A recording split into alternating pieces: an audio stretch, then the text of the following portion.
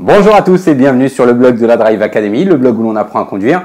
Alors je suis Mounir, votre moniteur particulier, et aujourd'hui on va attaquer un cours sur l'insertion sur autoroute. Alors, le cours d'aujourd'hui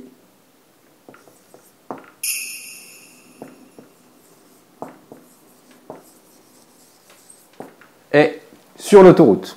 Alors,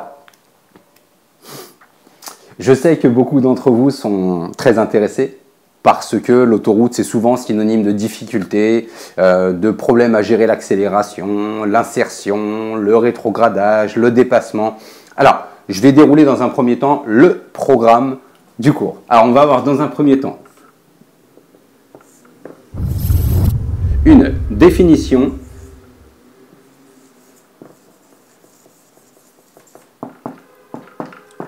Avant de commencer quelque chose, ce qui est bien, c'est qu'on soit d'accord sur les termes. Ensuite, nous allons attaquer l'insertion sur autoroute.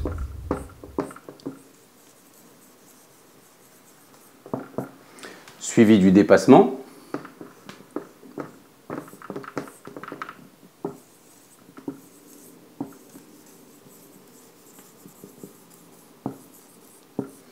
Et pour terminer, la sortie sur autoroute. Donc en quatrième point, la sortie sur autoroute. Donc premièrement, définition. Deuxième point, l'insertion. Troisièmement, le dépassement. Quatrième point, la sortie. On va essayer de faire ça de manière assez rapide, de manière à ce que vous puissiez tous comprendre la chose. Et puis dans un second temps, dans la deuxième partie du cours, on partira directement en voiture avec le multicaméra de manière à vous démontrer ça. Alors, concernant la définition, on va commencer dans un premier temps par la définition. Alors, l'autoroute, c'est une voie de circulation réservée aux véhicules rapides. Donc, les voitures, les motos. Alors, voiture, moto, c'est pas les petits scooters 50 cm3, qu'on soit clair là-dessus. Les camions, bien sûr, les poids lourds, les caravanes, etc., etc. Tous les véhicules qui ont une capacité d'accélération supérieure à 80 km/h. Alors, en ce qui concerne l'autoroute, ce qu'il faut savoir, c'est qu'il y a un certain nombre de caractéristiques liées et propres aux autoroutes. Première caractéristique, il y a deux voies de circulation, donc deux chaussées composées d'une, deux, trois, quatre voies de circulation qui sont à sens unique. Chaque chaussée est séparée par un terre-plein central. Voilà. De manière à éviter les problèmes de collision venant des véhicules en face. D'accord? Donc, il y a la chaussée sur laquelle je circule et puis il y a la chaussée qui arrive en face. Nous avons systématiquement sur une autoroute ce qu'on appelle une bande d'arrêt d'urgence. Une bande d'arrêt d'urgence. Nous avons tous les 2000 mètres une borne.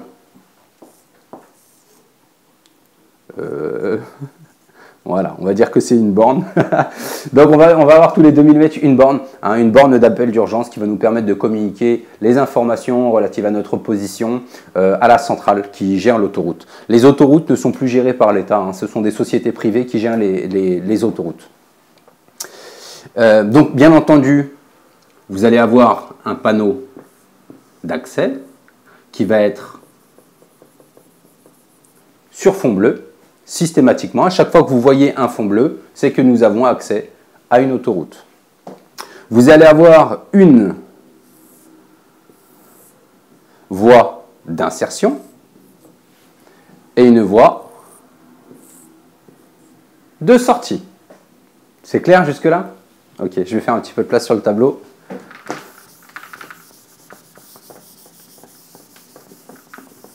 Voilà, donc une voie d'insertion, une voie de sortie, une bande d'arrêt d'urgence, deux chaussées de 1, 2, 3, 4 voies parfois, qui sont à sens unique. Donc au niveau de l'accès, nous l'avons dit, nous avons une insertion, une voie d'insertion et une voie de sortie. Alors, il va y avoir deux types d'autoroutes. Hein, souvent on me demande, oui mais au code, l'autoroute, on nous dit que c'est limité à 130 km/h. Mais à côté de chez moi, l'autoroute est limitée à, je ne sais pas, par exemple 90 ou 110 km/h. Je vais vous expliquer la raison. Donc, on va partir d'une agglomération. Ben, on va prendre la capitale, par exemple. On va partir de Paris. OK ? On va avoir Lyon, Marseille, Bordeaux. Allez, on va essayer d'être exhaustif. Nantes. Lille. Ok. Donc on va avoir des grandes villes et puis des autoroutes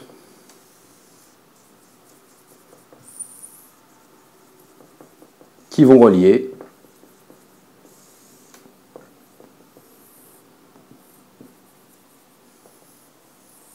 voilà, ces grandes villes. Ces autoroutes-là, ça va s'appeler des autoroutes de liaison.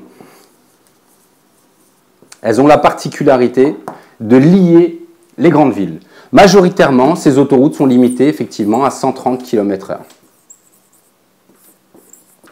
OK ? Et puis ensuite, vous allez avoir ce qu'on appelle des autoroutes de dégagement. Autoroute de dégagement, par exemple, à l'intérieur de la périphérie de Paris, on va avoir plusieurs autoroutes. La A4, la A86, la A199, etc., etc. Toutes ces autoroutes-là, qui sont à proximité de la ville, sont ce qu'on appelle des autoroutes de dégagement. La vitesse sur ces autoroutes-là ne peut pas être identique à la vitesse pratiquée sur ces autoroutes-là. Hein, je suis à Paris, allez, je suis de Paris, ça vous l'aurez compris. Donc je suis à Paris, je suis par exemple, on va dire, tiens, à la porte de Vincennes. Je suis à la porte de Vincennes, je veux rejoindre, je ne sais pas, par exemple, Noisy-le-Grand. Compte tenu du fait que je sois en pleine agglomération, ça va être difficile de rouler à 130 km/h, vu la densité du nombre de véhicules. Alors qu'effectivement, si on part de Paris pour arriver à Lyon, naturellement, sur le parcours, il y aura moins de personnes, il y aura moins de monde que des personnes qui circulent d'une autoroute à une autre pour arriver sur leur lieu de travail ou à leur domicile. Donc on va faire le distinguo entre ces deux autoroutes. Donc nous avons l'autoroute, nous l'avons dit, de liaison, et puis il va y avoir l'autoroute de dégagement, qui va avoir pour objectif de dégager l'agglomération uniquement. Ou sur ces autoroutes-là, la vitesse sera limitée à 90 km/h et puis parfois à 110 km/h lorsqu'on s'écarte un petit peu plus. Donc, autoroute de liaison, c'est une autoroute qui va relier deux grandes villes, bien sûr.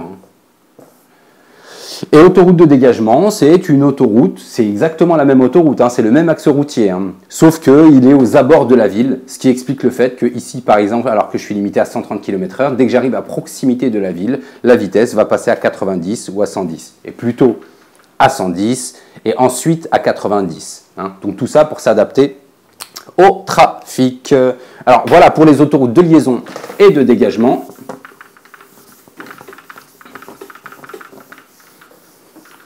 Nous allons maintenant passer à la deuxième partie du cours. Alors, la deuxième partie du cours, nous avons parlé de l'insertion sur autoroute.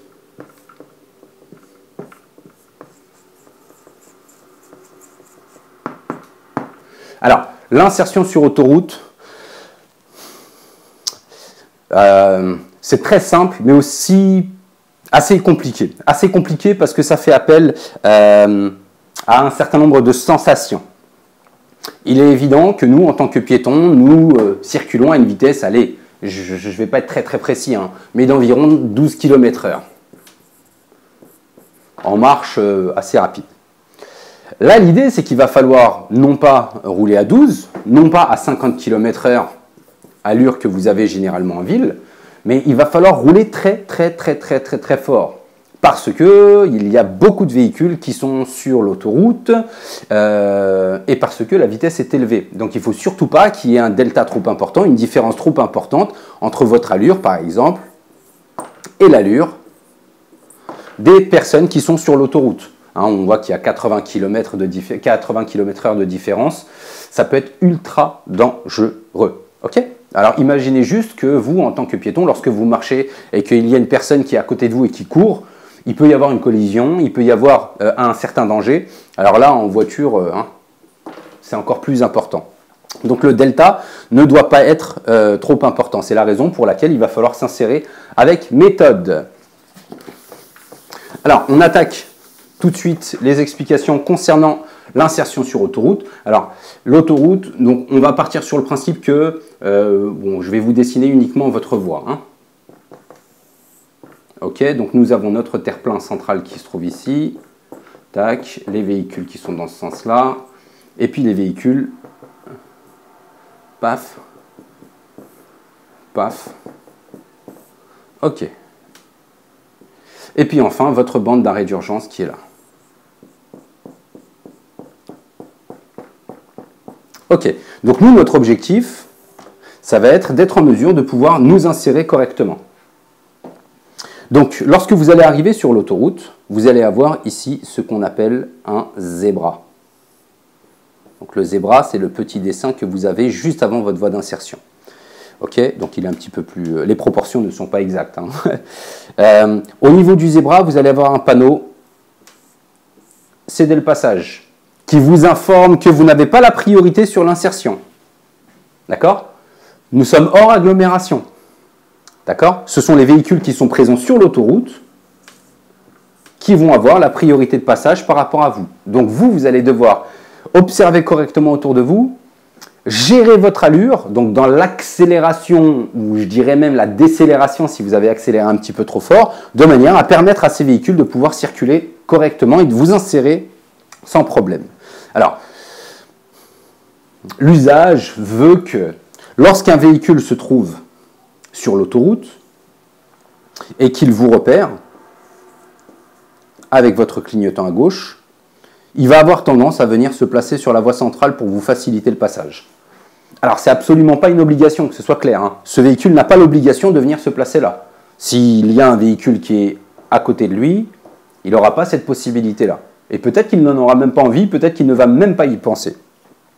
Donc, vous arrivez à ce zébra. C'est à cet endroit-là que vous allez mettre votre clignotant à gauche, afin d'informer tous les usagers de vos intentions, de votre intention d'effectuer votre insertion. Donc, nous arrivons au zébra, on met le clignotant à gauche. Je vais réécrire la procédure juste à côté. Donc, en petit 1, clignotant, ça va être petit pour vous, mais clignotant au zébra. D'accord? Alors, il va falloir pousser vos rapports. Hein, il va falloir pousser vos rapports. Sur une autoroute limitée à 90 km/h, lorsque l'autoroute elle-même est limitée à 90 km/h, il va falloir que vous poussiez vos rapports, par exemple en troisième vitesse, à environ 70 km/h. Donc, j'hésite pas à accélérer, à être légèrement sur régime. Hein, on pousse sur l'accélérateur. Alors, on va refaire notre petite autoroute. Tac.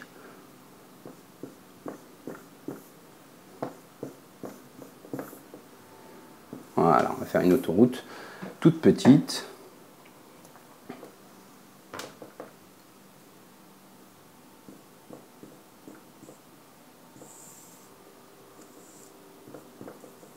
Donc mon zébra est là, ma voie d'accès est là, et mon panneau céder le passage final est là. Donc j'ai un premier panneau céder le passage ici.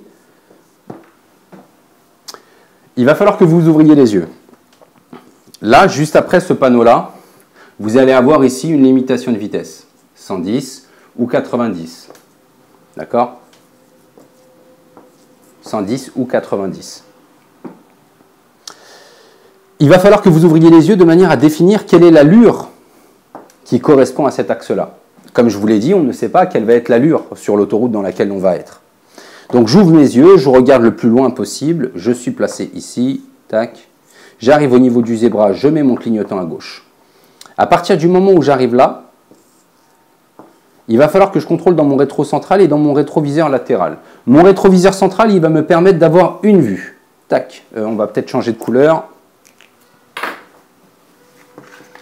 Donc mon rétro central, il va me permettre de voir cet angle de vue là. C'est-à-dire que je vais commencer à voir les véhicules qui sont directement dans cette voie-là. Mon rétroviseur latéral va compléter la vue. Donc il va me permettre de savoir ce qu'il se passe sur l'autoroute. À partir du moment où j'ai fait mes contrôles, je vais continuer à accélérer. Je vous donne une petite astuce.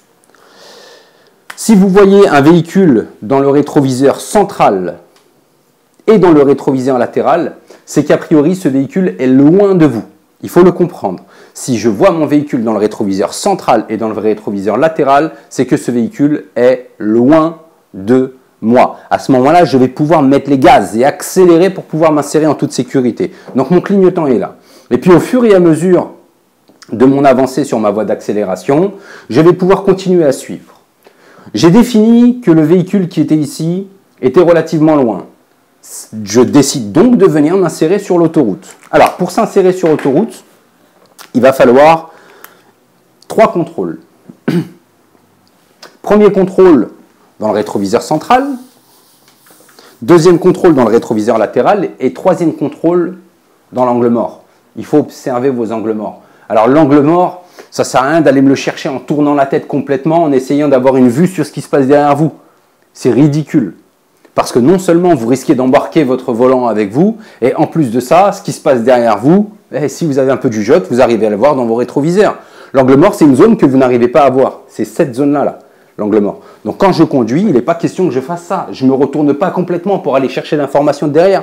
L'angle mort, il est latéral et légèrement sur le côté. Légèrement sur l'arrière. Donc rétro-central, rétro-latéral.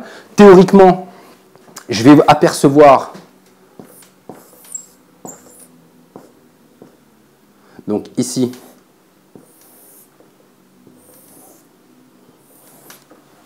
je vais apercevoir un véhicule, là, qui va être de couleur bleue. D'accord? Si je vois ce même véhicule, cette même couleur ici et ici, c'est qu'a priori, le véhicule est loin de moi. Si je vois ici un véhicule bleu et ici un véhicule rouge, c'est qu'il ne s'agit bien évidemment pas du même véhicule. C'est pas la même voiture. Donc un petit moyen, c'est justement de regarder la couleur et pas spécialement regarder la marque, le modèle, la caractéristique du véhicule, etc. etc.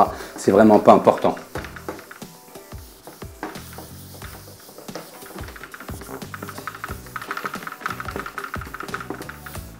Ok?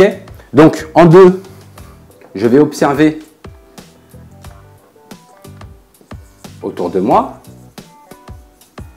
En 3, je vais accélérer fortement.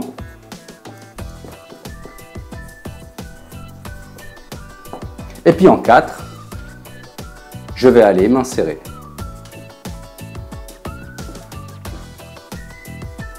Alors, au niveau de l'insertion, ce qu'il faut savoir, c'est que vous allez avoir une allure qui va être relativement élevée.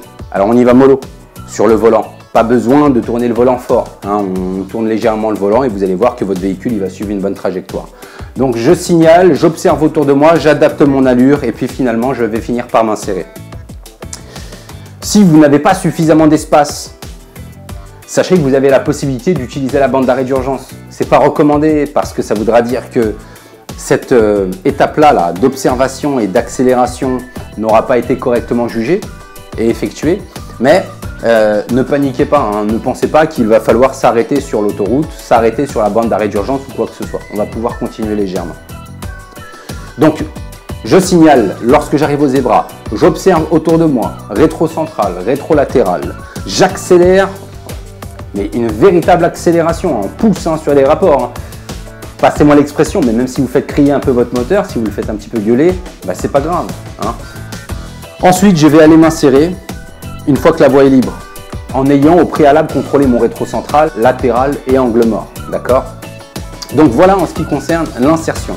Ce que je vous propose, c'est qu'on marque une petite pause de manière à ce qu'on puisse attaquer juste après le dépassement et la sortie d'autoroute. Et c'est juste après ça.